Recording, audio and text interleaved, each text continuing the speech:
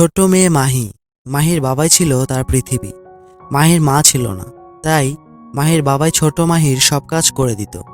মাহি বাবার কাছে সবসময় মায়ের গল্প শুনতে চাইতো। মেয়ের জেদ সহ্য করতে না পেরে বাবা তাকে মায়ের গল্প শোনাতে শুরু করে। কিন্তু গল্পের মাঝখানে মাহি তার বাবাকে থামিয়ে দেয়। গল্প শুনতে শুনতে মাহির মনে মায়ের জন্য যে ভালোবাসা ছিল তা ঘৃণায় পরিণত হয়ে যায়। কি এমন ছিল সেই গল্পে যা শুনে ছোট্ট মেয়েটির মনে ঘৃণা জন্ম নেয়? বলছিলাম সম্প্রতি ভারতে তামিল এবং হিন্দি ভাষায় মুক্তিপ্রাপ্ত মুভি হাই নান্নার কথা, যার বাংলা অর্থ হলো হাই বাবা। মুভিটির IMDb রেটিং 8.4/10 এবং 98% গুগল ইউজার মুভিটি লাইক করেছে। সুপারস্টার নানি অভিনীত এই মুভিটিতে মৃণাল ঠাকুর, কিয়ারা খান্না সহ অনেক সুনামধন্য অভিনেতা অভিনয় করেছেন। সৃষ্টিকর্তা কিছু কিছু সম্পর্ক এমনভাবে তৈরি করেন যা পৃথিবীর বুকে সারা জীবন অমর হয়ে থাকে। মানুষ চাইলেও সে সম্পর্কগুলো কখনো ভাঙতে পারে না। এই মুভিটিতে এই বিষয়টা খুব সুন্দরভাবে দেখানো হয়েছে। Hello friends, welcome to my channel movie loves. এই পুরোটা গল্প জুড়ে আমি থাকবো আপনার সাথে। গল্পের শুরুতেই আমরা ভিরাজ নামের একজন বিখ্যাত ফটোগ্রাফারকে দেখতে পাই, যে তার স্টুডিওতে ফটোগ্রাফি করছিল। ফটোগ্রাফি শেষে ভিরাজ তার আদরের ছোট্ট মেয়ে মাহিকে প্রতিদিনের মতো বাসায় নিয়ে যাওয়ার জন্য তার স্কুলের সামনে আসে। মাহির স্কুল ছুটি হলে অন্যদের সাথে মাহিও বেরিয়ে আসে, কিন্তু মাহিকে আজকে অন্যরকম লাগছিল। বাসায় ফিরে মাহি তার বাবা আর দাদার সাথে খেতে বসেও মনমরা হয়ে থাকে। তখন ভিরাজ তাকে কারণ জিজ্ঞাসা করলে মাহি তাকে বলে, জানি না কোন স্কুল থেকে ছেলেটা এসেছে, এক্সামে সে আমার থেকে 1% বেশি নম্বর নিয়ে ফার্স্ট হয়েছে। ভিরাজ তখন তাকে বলে, এই কথা, আর আমরা কি না কি ভেবেছিলাম। তার দাদু তখন তাকে বলে, মাহি, এক্সামের রেজাল্টটাই আসল না, বরং তুমি এক্সাম থেকে কি অভিজ্ঞতা অর্জন করলে সেটাই আসল। তাদের কথা মাহির একদম পছন্দ হয় না। সে খাবার টেবিল থেকে উঠে যায়। রাতে ঘুমানোর আগে মাহি তার বাবার কাছ থেকে প্রতিদিনের মতো আজকেও গল্প শুনতে চায়। মাহি যখন কোনো গল্প শোনে তখন সে কাউকে না কাউকে সেই গল্পের ক্যারেক্টারের সাথে ইমাজিন করে। গল্প শোনা শেষ হয়ে গেলে মাহি তার বাবাকে বলে, আজকের গল্পেও মা নেই, আমাকে কেন এমন গল্প শোনাও যে গল্পে মা থাকে না? আসলে ভিরাজ মাহিকে তার মায়ের গল্প কখনো বলে না, কারণ ভিরাজ একজন সিঙ্গেল বাবা। তার মায়ের সাথে ভিরাজের কি হয়েছে তা একটু পর বোঝা যাবে। মাহি তখন বাবার কাছে জেদ করে যদি সে তাকে তার মায়ের গল্প না শোনায় তাহলে সে ওষুধ খাবে না। ভিরাজ তখন তাকে বলে যে সে যদি এবার এক্সামে ফার্স্ট হতে পারে তাহলে সে তাকে তার মায়ের গল্প শোনাবে। মাহি খুশি হয়ে তার বাবার কাছ থেকে ওষুধ নিয়ে খেয়ে নেয়। মাহি একটা জটিল রোগে আক্রান্ত, তাই তাকে নিয়মিত ওষুধ খেতে হয়। এবার মাহি তার বাবা ভিরাজের কাছ থেকে তার জন্মদিনে একটা গিটার গিফট চায়। বাবা রাজি হয়ে যায় এবং মাহির কপালে চুমু খেয়ে তাকে ঘুমাতে বলে।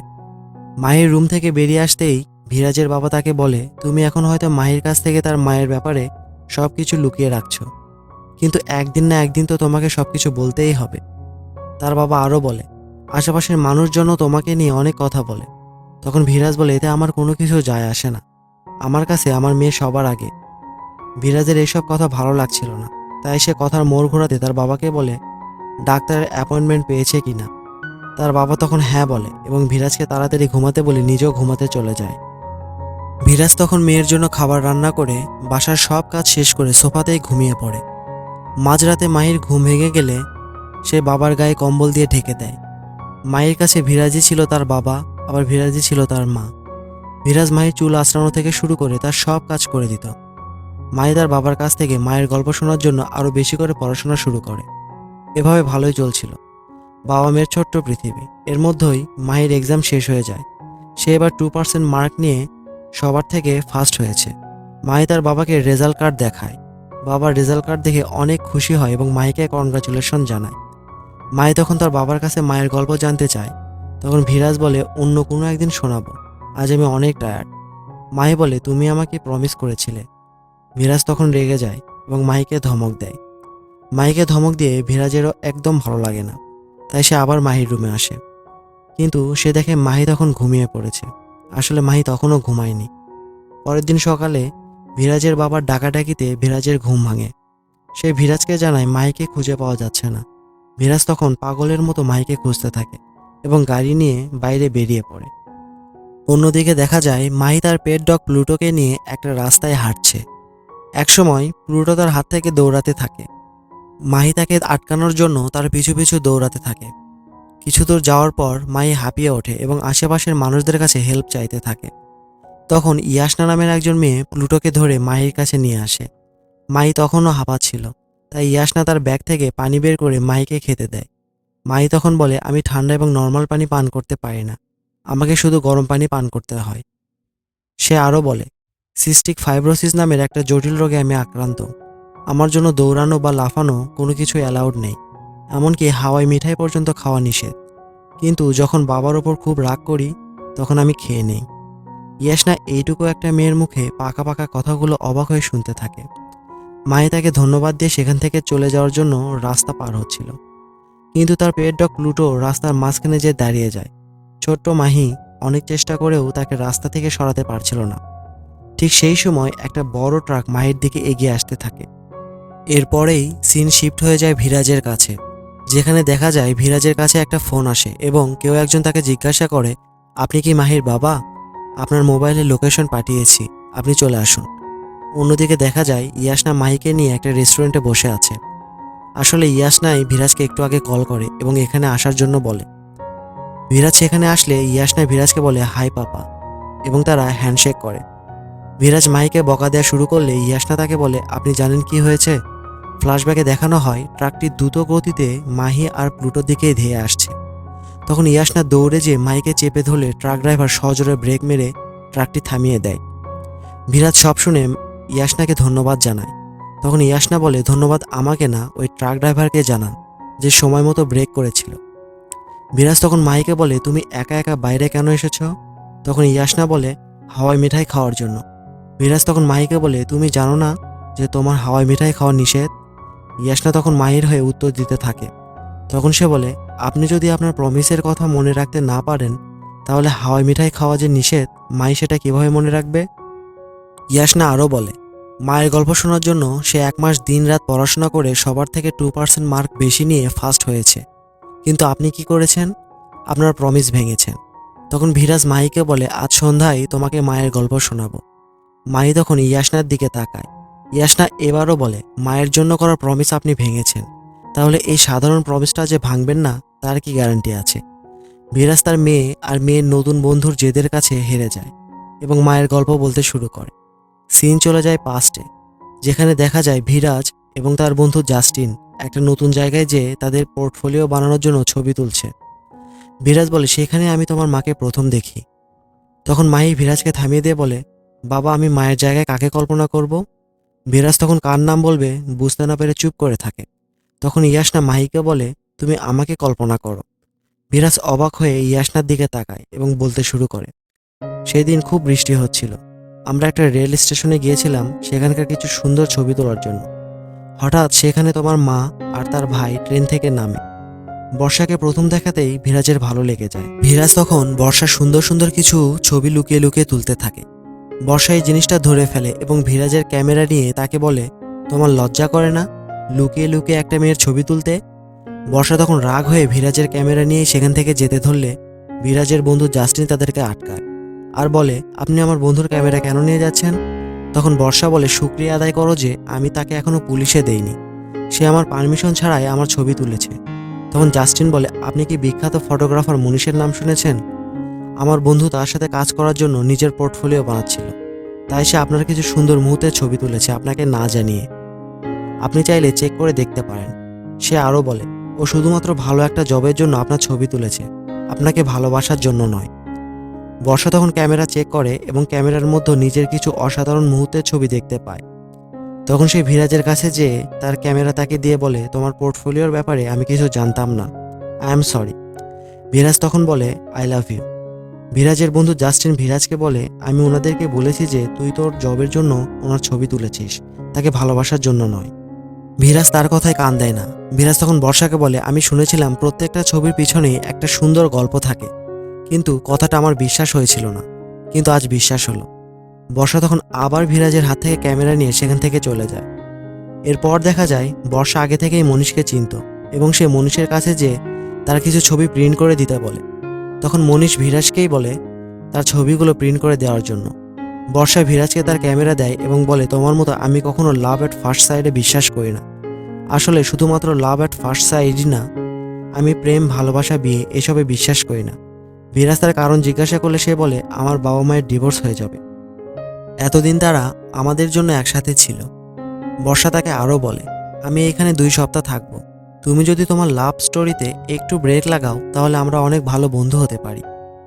বিরাজ এই কথা শুনে খুশিতে লাফাতে থাকে। ধীরে ধীরে তারা ক্লোজ হতে থাকে। বিরাজ বুঝতে পারে বর্ষার পৃথিবীটা অনেক ছোট।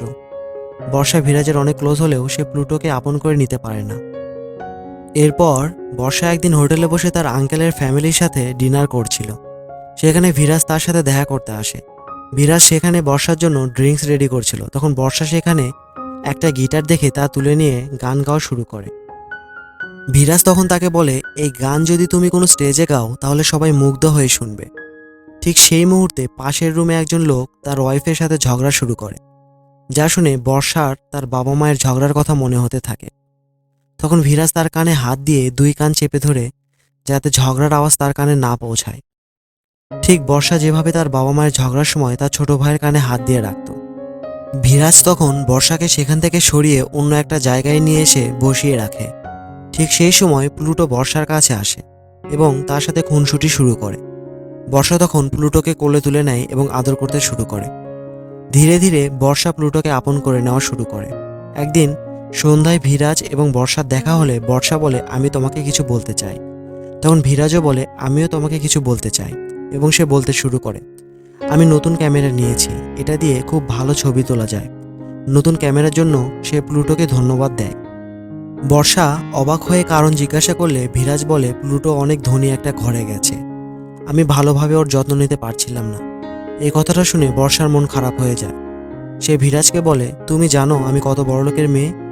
যদি আমি তোমাকে ভালোবাসি এবং তুমি যদি আমাকে তোমার মনের মতো করে রাখতে না পারো তাহলে কি তুমি আমাকে ছেড়ে চলে যাবে? সে আরও বলে, তোমার কাছে শুধু ভালোবাসা আছে, দায়িত্ববোধ নেই। বর্ষা চলে যেতে যেতে বিরাজকে বলে, আমি চলে যাচ্ছি, আর কখনো ফিরে আসবো না। প্রায় 1 সপ্তাহ হয়ে গেল। বর্ষা মুম্বাইয়ে চলে আসে। বিরাজ এই কয়েকদিন বর্ষাকে অনেকবার টেক্সট করেছে, কিন্তু বর্ষা কোনো রিপ্লাই করেনি। একদিন বর্ষা তার কলেজ থেকে বের হচ্ছিল, তখন সে প্লুটোকে দেখতে পায় এবং প্লুটোর পিছনে বিরাজকেও দেখতে পায়। বর্ষা বিরাজকে দেখে নিজেকে আর ধরে রাখতে পারে না। সব অভিমান ভুলে দৌড়ে সে বিরাজকে জড়িয়ে ধরে এবং কান্না করতে করতে বলে, তুমি এখানে কেন এসেছো? এখন বিরাজ বলে, তুমি কেন কান্নড় গিয়েছিলে? বর্ষা বলে, ভাগ্য খারাপ ছিল আর আমি জানতাম না যে সেখানে তুমি আছো। বিরাজ বলে, কিন্তু আমি জানি যে তুমি এখানে আছো, তাই এসেছি। বর্ষা অভিমানের সুরে বলে, এখানে আসতে এত দেরি করলে কেন? বিরাজ বলে, আমি যদি আগে জানতাম যে তুমি আমাকে এভাবে জড়িয়ে ধরবে তাহলে অনেক আগেই চলে আসতাম। বর্ষা অনেকক্ষণ ধরে বিরাজকে জড়িয়ে ধরেছিল। বিরাজ তখন বর্ষাকে জিজ্ঞাসা করে, এটাকে কি ভালোবাসা বলে? বর্ষা বলে না। তখন সে বিরাজকে একটা কিস করে এবং বলে, এটাকে ভালোবাসা বলে। বর্ষা এবং বিরাজকে এই অবস্থায় বর্ষার মা দেখে ফেলে। বর্ষার মা তখন বর্ষা আর বিরাজকে সাথে নিয়ে একটা রেস্টুরেন্টে গিয়ে বসে এবং ইচ্ছে করেই অনেকগুলো খাবার অর্ডার করে। আসলে বর্ষার মা ছিল একজন ধনী এবং অহংকারী মহিলা। সে বিরাজকে তার ইনকাম সম্পর্কে জিজ্ঞাসা করে। তখন বিরাজ ইনকামের ব্যাপারে বলতে একটু ইতস্তত করলে সে বলে, কি হলো বলো, বলার মতো ইনকাম নেই নাকি তোমার? সে আরও বলে, কান্নড় থেকে আমাদের বাড়ি কত কিলোমিটার তুমি কি জানো? বর্ষা তার মাকে থামানোর চেষ্টা করলে তার মা বলে, বিরাজের অবশ্যই জানা উচিত আমাদের আর তাদের মধ্যে কত ডিস্টেন্স। তখন ওয়েটার বিল নিয়ে আসলে বর্ষার মা বিলটা বিরাজকে পে করতে বলে। বর্ষা তখন বলে, ও কেন বিল পে করবে? তুমি ওকে এখানে নিয়ে এসেছো, বিলটা তোমার পরিশোধ করা উচিত। বর্ষার মা বলে, আমাদের খাবার বিল পরিশোধ করার মতো টাকাও কি তার কাছে নেই? বিরাজ তখন বর্ষাকে বলে, আমি একবার প্লুটোকে দেখে আসছি। সে এখান থেকে উঠে বাইরে যায়। সে বাইরে যাওয়ার পর বর্ষার মা বর্ষাকে বলে, সে এখানে তোমার টাকা পয়সার জন্য এসেছে, তোমাকে ভালোবাসার জন্য না। কিছুক্ষণ পর বিরাজ সেখানে আসে এবং বিল পে করে দেয় এবং বর্ষার মাকে বলে, আমি বিল পে করেছি, তার মানে এটা ভাববেন না যে আমি ধনী। আমি গতকালই স্যালারি পেয়েছিলাম, তাই আজকে বিলটা পে করতে পেরেছি। সে আরও বলে, আপনি জানতে চেয়েছিলেন কান্নড় থেকে এখানকার ডিস্টেন্স কত? কান্নড় থেকে আপনাদের এখানকার ডিস্টেন্স 1200 কিলোমিটার। আমি এখানে ট্রেন, বাস এবং রিক্সা করে এসেছি, কিন্তু এমনও তো হইতে পারে কাল আমি মাত্র 1 ঘন্টায় এখানে পৌঁছে যাচ্ছি। বিরাজ বলে, আমি যদি নিজের স্টুডিও খুলতে পারি তাহলে হয়তো এই সমপরিমাণ টাকা 1 ঘন্টায় ইনকাম করব। আপনি আমাদের মধ্যকার দূরত্বটা কিলোমিটার দিয়ে মাপছেন, কিন্তু আমি মাপছি সময় দিয়ে। সময় দিয়ে দূরত্বটা মাপলে হয়তো আপনার সময় কমে যাবে না, কিন্তু আমার বর্তমান অবস্থা ঠিকই একদিন বদলে যাবে। বিরাজ তখন বর্ষাকে বলে, আমার কাছে বাবার রেখে যাওয়া এক টুকরো জমি ছাড়া আর কিছু নেই। তবে তুমি যদি আমার সাথে থাকো তাহলে আমি পুরো দুনিয়াটাকে জয় করতে পারবো। বিরাজ বর্ষাকে বলে, উইল ইউ ম্যারি মি? বর্ষা মাথা নাড়িয়ে হ্যাঁ বলে। এরপর বর্ষা আর বিরাজের বিয়ে হয়ে যায়।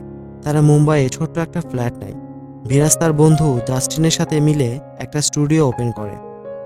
প্লুটোকে নিয়ে বিরাজ আর বর্ষার নতুন জীবন খুব সুন্দরভাবে কেটে যাচ্ছিল। একদিন বিরাজের স্টুডিওতে অনেকগুলো ছোট বাচ্চাকে ছবি তোলার জন্য নিয়ে আসা হয়। সেখানে একটা বাচ্চাকে দেখে বিরাজ বাড়িতে এসে বর্ষাকে বলে, আচ্ছা, আমাদের বাচ্চার নাক তোমার মতো হবে নাকি আমার মতো হবে? এই কথাটা শুনে বর্ষার মন খারাপ হয়ে যায়। সে বলে, বিয়ের আগে তুমি বলেছিলে আমরা দুজন দুজনের জন্য যথেষ্ট, তাহলে এখন বাচ্চার কথা কেন বলছো? আমি আমার বাবা মায়ের যেসব ঝগড়া দেখে বড় হয়েছি, আমি চাই না আমাদের বাচ্চাও সেসব দেখে বড় হোক। তখন বিরাজ বলে, কেন, তুমি কি আমার সাথে সারা জীবন থাকবে না? বর্ষা বলে, আমাদের বিয়ের মাত্র 3 বছর হয়েছে। তুমি তো এটা প্রমিস করে বলতে পারবে না যে আমরা সারা জীবন হাসি খুশিতে থাকবো। বিরাজ তখন বলে, তোমার চিন্তা ভাবনাগুলো সত্যি আমার খুব ভয় লাগছে। তুমি বলো তো কোন সংসারের মধ্যে ঝগড়া হয় না? বিরাজ আরও বলে, তুমি পাগল হয়ে গেছো, তোমাকে বিয়ে করাটাই আমার ভুল হয়ে গেছে। এই কথাটা বলে সে ঘর থেকে ঠিকই বের হয়ে যায়, কিন্তু দরজার বাইরে এসে দাঁড়িয়ে পড়ে। বিরাজ বর্ষার সাথে খারাপ ব্যবহার করে ফেলেছে বুঝতে পেরে আবার ঘরের ভিতরে চলে যায়। ততক্ষণে বর্ষাও তার ভুল বুঝতে পারে। তারা দুজন দুজনকে জড়িয়ে ধরে। বর্ষা এবার বিরাজকে বলে, তুমি কি সত্যি আমাকে বিয়ে করে ভুল করেছো? বিরাজ বলে, সরি, আর তুমি যেভাবে চাইবে সেভাবেই হবে। তখন বর্ষা বলে, ঠিক আছে, তাহলে দেখাই যাক আমাদের বাচ্চার নাক কার মতো হয়। সে আরও বলে, আমি কখনো বাচ্চা চাইনি, কিন্তু আমি শিওর যে তুমি আমাকে ভুল প্রমাণিত করবে। তখন বিরাজ বলে, ট্রাস্ট মি, এই ডিসিশনটা আমাদের জীবনের নেওয়া সেরা ডিসিশনগুলোর একটা হবে। এর কিছুদিন পর বর্ষা প্রেগনেন্ট হয় এবং একদিন সেই দিন আসে যেদিন তার মেয়ে পৃথিবীতে আসে। কিন্তু তাকে ডাক্তার জানায় যে তার মেয়ে সিস্টিক ফাইব্রোসিস নামের একটা জটিল রোগ নিয়ে পৃথিবীতে এসেছে, তাই তাকে ইনকিউবেটরে রাখা হয়েছে। বিরাজের মাথায় যেন আকাশ ভেঙে পড়ে। সে ইনকিউবেটরের রুমে গেলে দেখতে পায় বর্ষা রুমের বাইরে থেকে তার মেয়েকে দেখছে।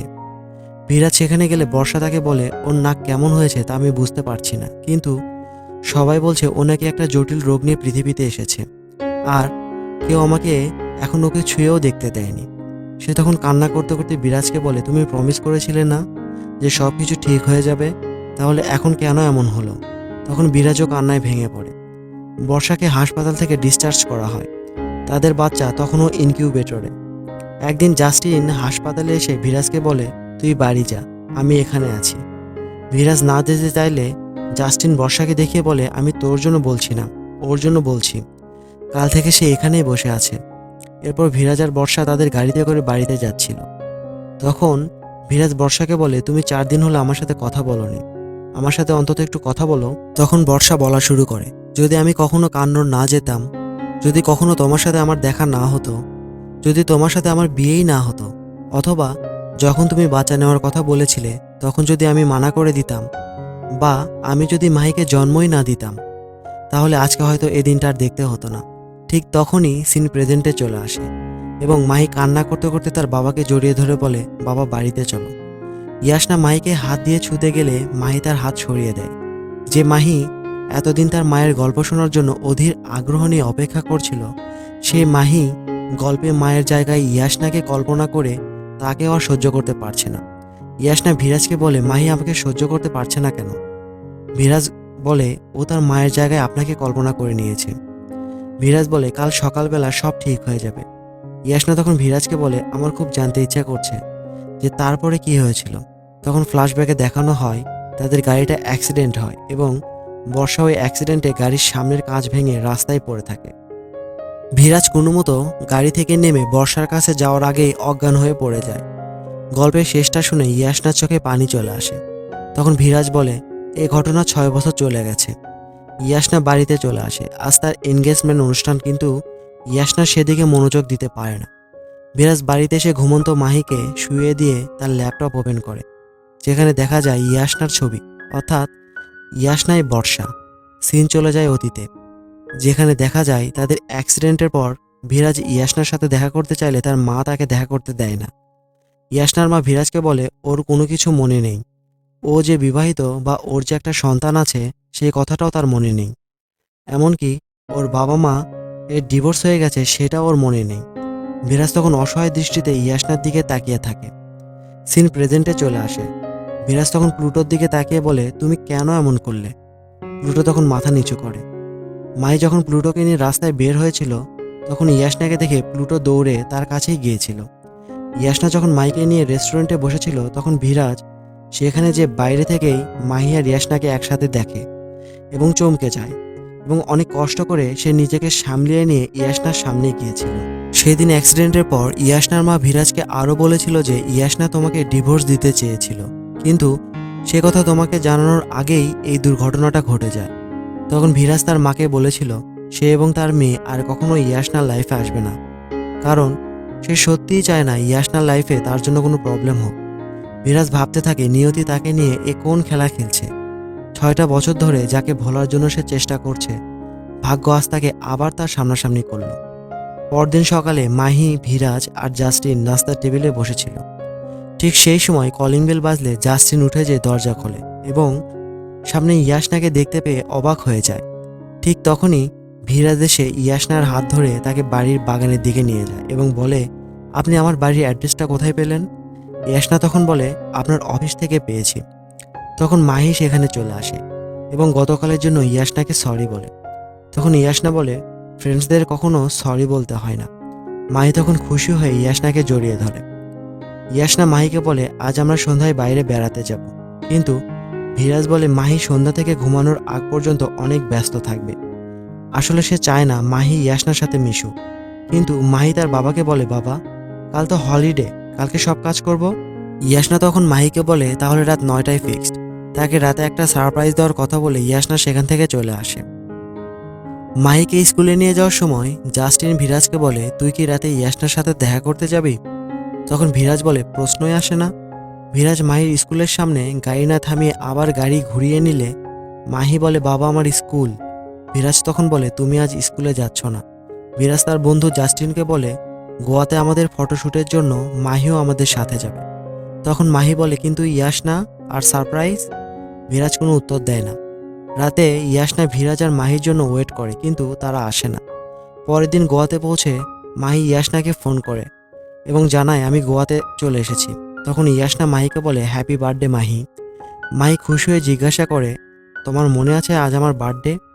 কিন্তু আবার মন খারাপ করে বলে, কিন্তু আমার বাবার মনে নেই। ইয়াসনা তখন গোয়াতে চলে আসে এবং মাহির বার্থডের আয়োজন করে। ভিরাজ তার ফটোশ্যুট শেষে ফেরার সময় ইয়াসনাকে দেখে সেখানে যায় এবং সেখানে যে মাহিকেও দেখতে পায়। মাহি সেখানে ভিরাজকে থেকে দৌড়ে এসে তাকে জড়িয়ে ধরে বলে, থ্যাঙ্কস বাবা, প্রথমে ভেবেছিলাম যে তোমার হয়তো মনে নেই। ভিরাজ কিছু বুঝতে না পেরে ইয়াসনার দিকে তাকায়। ইয়াসনা তখন তাকে চোখ দিয়ে ইশারা করে বুঝিয়ে দেয় যে সে মাহিকে বলেছে ভিরাজই তার বার্থডের আয়োজন করেছে। তখন ইয়াসনা ভিরাজের হাতে একটা গিটার দিয়ে সেটা মাহিকে দিতে বলে। মাহি গিফট পেয়ে অনেক খুশি হয়ে যায়। এরপর দেখা যায় ভিরাজ একটা মেয়ের সাথে সমুদ্র সৈকতে হাঁটতে হাঁটতে বলছে, তুমি কি ইয়াসনাকে সব বলে দিয়েছ? তখন মেয়েটা বলে, আমি বলিনি, তোমার মেয়ে সব কিছু বলেছে, এমনকি সে তোমার এটিএম কার্ডের পাসওয়ার্ড পর্যন্ত তাকে বলে দিয়েছে। ভিরাজ তখন মেয়েটাকে বলে, ইয়াসনার কি কোনো সন্দেহ হয়েছে? মেয়েটা বলে, কিভাবে সন্দেহ হবে? তুমি তো তোমার গল্পে আমাকে তার বোন থেকে ভাই বানিয়ে দিয়েছ। আসলে এই মেয়েটা ইয়াসনার ভাই না, বোন। সে যখন গল্প বলেছিল তখন ইয়াসনার ভাইয়ের জায়গায় বোনের কথা বলেছিল, যাতে ইয়াসনার কিছু সন্দেহ না হয়। ইয়াসনার বোন ভিরাজকে বলে, আপুর কিছুই মনে নেই, বাবা মায়ের যে ডিভোর্স হয়ে গেছে সেটাও মনে নেই। সে জানে আমাদের বাবা বিদেশে আছে। সেই দিন রাতে ইয়াসনা দেখে বিরাজে সমুদ্র পাড়ে একা একা বসে আছে। ইয়াসনা সেখানে যেতেই ভিরাজ তাকে থ্যাঙ্কস জানায় মাহির বার্থডে আয়োজন করার জন্য। ইয়াসনা সেখানে ভিরাজকে জিজ্ঞাসা করে বর্ষা দেখতে কেমন ছিল। সে ভিরাজের কাছে তার ছবি দেখতে যায়।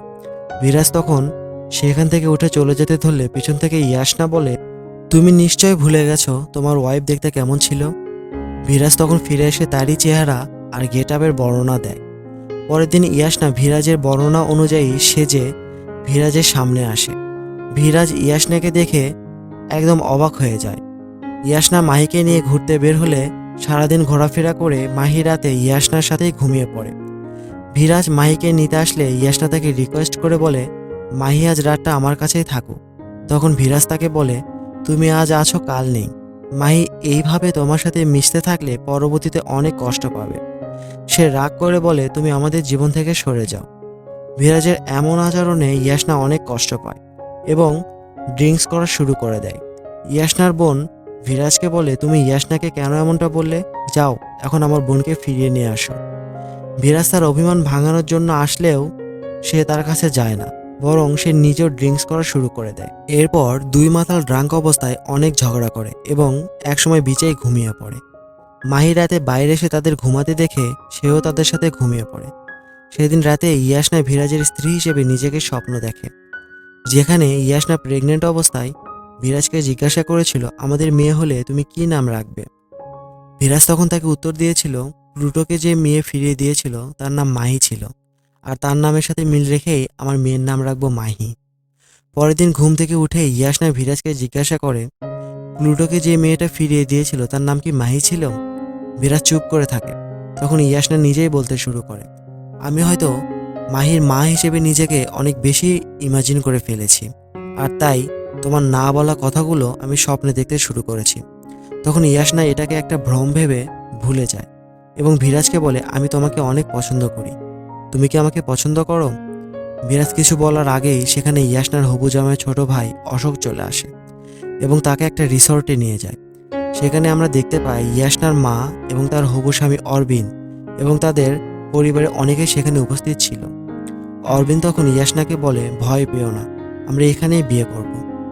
এত লোকের সামনে ইয়াসনা কিছু বলতে পারে না, চুপ করে থাকে।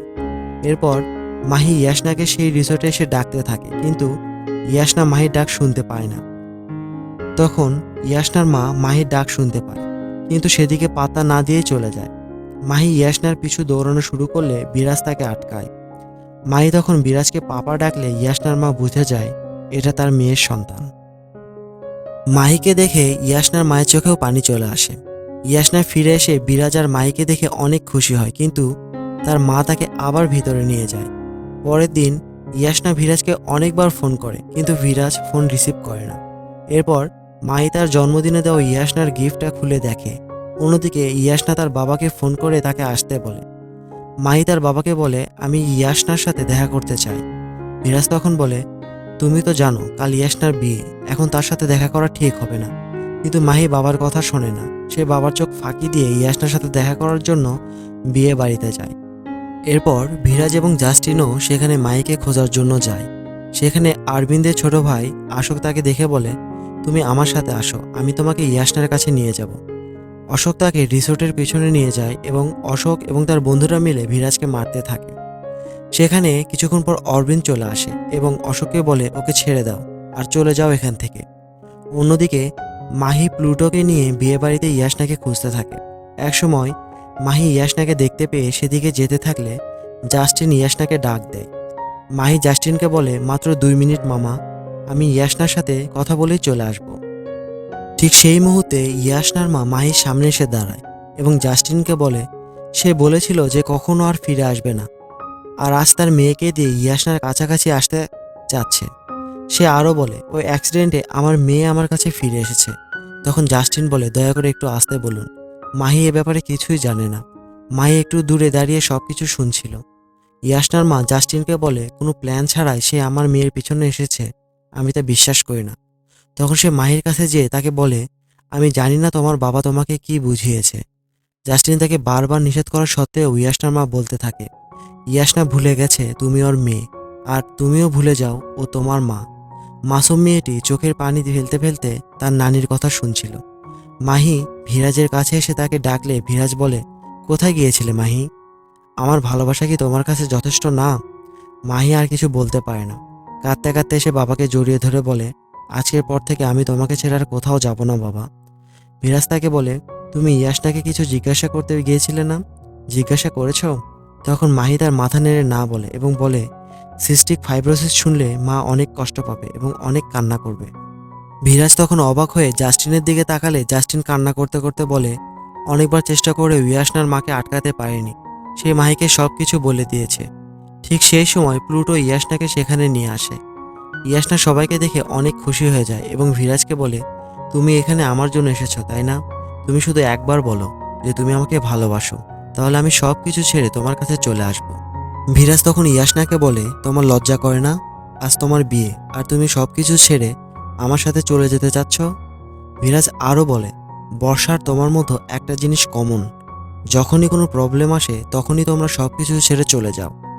ইয়াশনা এবার মাহির কাছে যেয়ে তার হাত ধরে বলে, মাহি, তোমার বাবাকে বলো না তুমি তোমার মায়ের জায়গায় আমাকে কল্পনা করেছো। মাহি তখন তার নিজের হাত ইয়াশনার হাত থেকে ছাড়িয়ে নিয়ে বলে, আমি শুধু ইমাজিন করেছি, কিন্তু তুমি আমার মা নও। ইয়াশনা অসহায়ের মতো কান্না করতে থাকে। মাহি, ভিরাজ আর জাস্টিন সেখান থেকে চলে যায়। এবার ভিরাজ বিয়ে বাড়িতে এসে ইয়াশনার মায়ের সামনে থেকে টেবিল তুলে ফেলে দেয় এবং একটা চেয়ার নিয়ে ইয়াশনার মায়ের সামনে বসে এবং তাকে বলা শুরু করে, আপনি আমাকে যা বলবেন আমি সহ্য করব, কিন্তু মাহির ব্যাপারে আমি কিছু সহ্য করব না। আমি এতদিন ধরে মাহির কাছ থেকে যে সত্যটা লুকিয়ে এসেছি, আজ আপনি সেই সত্যটা মাহিকে বলে দিয়েছেন। এই সত্যটা যদি আমি আপনার মেয়েকে জানাই তখন আপনি কি করবেন? ইয়াশনার মা ভিরাজের কথার কোনো অ্যান্সার দিতে পারে না। এরপর দেখা যায় ভিরাজ মাহিকে নিয়ে চলে যাচ্ছিল, কিন্তু রাস্তার মধ্যে মাহি হঠাৎ অজ্ঞান হয়ে পড়লে তাকে দ্রুত হাসপাতালে অ্যাডমিট করা হয়। অন্যদিকে ইয়াশনা আর অরবিন্দের বিয়ে হচ্ছে। ঠিক সেই সময় ভিরাজের বাবা সেখানে আসে এবং ইয়াশনাকে বলে, তাহলে তুমি শেষ পর্যন্ত বিয়েটা করেই নিচ্ছ। তখন ইয়াশনা বলে, ফাইনালি তুমি আমার সাথে দেখা করার জন্য সময় পেয়েছো। আর শুরু থেকে আমরা যাকে ভিরাজের বাবা বলে জেনে এসেছি সে আসলে ইয়াশনার বাবা, কিন্তু ইয়াশনার বাবা তার ডিভোর্সের পর থেকে ভিরাজ আর মাহির সাথেই ছিল। হঠাৎ সেখানে বিয়ের আতশবাজি ফুটলে ইয়াশনা ভয় পেয়ে যায়। তখন ইয়াশনার বাবা তার কানে হাত দিয়ে চেপে ধরে। তখন ইয়াশনার ভিরাজের বলা বর্ষার গল্পের কথা মনে পড়ে। এরপর ইয়াশনার বাবা তাকে বলে, তুমি তো ভিরাজকে ভালোবাসো, তাহলে অরবিন্দকে কেন বিয়ে করছো? তখন ইয়াশনা কান্না করতে করতে তার বাবাকে বলে, বিরাজ আমাকে ভালোবাসে না। তখন ইয়াশনার বাবা তাকে বলে, ভিরাজের মেয়ে আইসিইউতে মৃত্যুর সাথে লড়াই করছে, তুমি কি এই সময় ভিরাজের পাশে থাকবে নাকি তার স্ত্রীর মতো ওকে ছেড়ে চলে যাবে? ইয়াশনা তখন দ্বিধার মধ্যে পড়ে যায়। সে ঘোরের মধ্যে অরবিন্দের দিকে এগিয়ে যায় এবং তাকে বলে, আমি ভিরাজের কাছে যাব। তখন অরবিন্দ বলে, তুমি কি জানো ওই লোকটা কত খারাপ? ওর ওপর আতিষ্ঠ হয়ে ওর স্ত্রী ওর কাছে ডিভোর্স চেয়েছিল। তখন ইয়াশনা কান্না করতে করতে বলে, না, এটা অসম্ভব, আমি ওর থেকে ডিভোর্স চাইনি, মানে বর্ষা ওর কাছ থেকে ডিভোর্স চাইতেই পারে না। এই কথা শুনে অরবিন্দ বলে, আমার মত বদলানোর আগেই আমার সামনে থেকে চলে যাও। তখন ইয়াশনার মা বলে, তুমি কি পাগল হয়ে গেছো? কেন ইয়াশনাকে যেতে দিলে? তখন অরবিন্দ বলে, একটা সত্যি কথা বলুন তো, ইয়াশনা কি সত্যি অ্যাক্সিডেন্টের আগে ভিরাজের কাছ থেকে ডিভোর্স চেয়েছিল? ইয়াশনার মা কোনো উত্তর দিতে পারে না। অরবিন্দ পিছনে তাকিয়ে দেখে তার ছোট ভাই অশোক নেই। সে উল্টোপাল্টা কিছু করার আগেই অরবিন্দ তাকে খুঁজতে চলে যায়। এরপর ইয়াশনার মা তার বাবার কাছে যেয়ে বলে, তোমার নিজের ফ্যামিলির চেয়ে ভিরাজি তোমার কাছে বেশি ইম্পর্টেন্ট হয়ে গেল, যে কারণে নিজের মেয়ের বিয়ে ভেঙে দিলে। তখন ইয়াশনার বাবা বলে, আমার মেয়ের বিয়ে তো আমি ভাঙিনি, আমি শুধু আমার মেয়ের বিয়ে ভাঙার হাত থেকে বেঁচে দিয়েছি। আমার মেয়ের বিয়ে অনেক আগেই হয়ে গেছে। তুমি সারা জীবন ধরে খুঁজলেও ইয়াশনার জন্য ভিরাজের মতো কাউকে খুঁজে পাবে না। অ্যাক্সিডেন্টের পর থেকে আজ পর্যন্ত এমন কোনো দিন নেই যে সে ইয়াশনার কথা মনে করেনি। এত বছর ধরে ইয়াশনার স্মৃতি আঁকড়ে ধরে সে বেঁচে আছে। ভিরাজ ইচ্ছে করলে ইয়াশনাকে সবকিছু জানিয়ে দিতে পারত, কিন্তু সে এটা করেনি। ইয়াশনার বাবা আরও বলে, তুমি ঠিকই বলেছ, ভিরাজ আমার কাছে সব থেকে বেশি ইম্পর্ট্যান্ট। ভিরাজ আমার সেই ছেলে যাকে পেতে হলে অনেক ভাগ্যর প্রয়োজন। তুমি তো ইয়াশনাকে ভিরাজের কাছ থেকে দূর করার অনেক চেষ্টা করলে, কিন্তু কী লাভ হলো? ইয়াশনা আবার সেই ভিরাজকেই ভালোবাসলো। কিছু সম্পর্ক এমন হয় যে যতই ভাঙার চেষ্টা করো না কেন সেটা কখনোই নষ্ট হয় না। অন্যদিকে ইয়াশনা হাসপাতালে যেয়ে ভিরাজের সামনে বসে পড়ে। তখন ভিরাজ কান্না করতে করতে বলে, মাহি আমাকে বলেছিল যে সে কখনো আমাকে ছেড়ে যাবে না, অথচ সে আমার সাথে এখন কোনো কথাই বলছে না। তখন ইয়াশনা ভিরাজকে সান্ত্বনা দিয়ে বলে, তুমি চিন্তা করো না, মাহি তোমাকে কখনো ছেড়ে যাবে না। ঠিক সেই সময় অরবিন্দ, অশোক আর তার বন্ধুরা চলে আসে।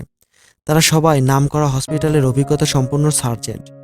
কিছুক্ষণ আগে অশোক হাসপাতালে এসেছিল ভিরাজকে মারার জন্য, কিন্তু মাহির এই অবস্থা দেখে তার মন পাল্টে যায়। তখন তারা সবাই মিলে মাহির অপারেশন করার সিদ্ধান্ত নেয়। মাহিকে অপারেশন থিয়েটারে নিয়ে যাওয়ার সময় ইয়াশনা মাহিকে জিজ্ঞাসা করে, আমাকে কি তোমাদের সাথে থাকতে দিবে? তখন ইয়াশনা মাথা নাড়িয়ে সম্মতি জানায়। এরপর ইয়াশনা মাহিকে জিজ্ঞাসা করে, তুমি বড় হয়ে কি হতে চাও? মাহি বলে, সিঙ্গার হতে চাই। তখন ইয়াশনা বলে, আমি তোমাকে বেস্ট সিঙ্গার বানাবো, প্রমিস করলাম। এরপর সফলভাবে মাহির অপারেশন হয়ে যায়। মুভির সিন দেখানো হয় কয়েক বছর পর, যেখানে দেখা যায় মাহি অনেকটা বড় হয়ে গেছে। একটা স্টেজে মাহি তার মায়ের শেখানো বেস্ট সং পারফর্ম করছে, আর এখানেই মুভিটার হ্যাপি এন্ডিং হয়ে যায়।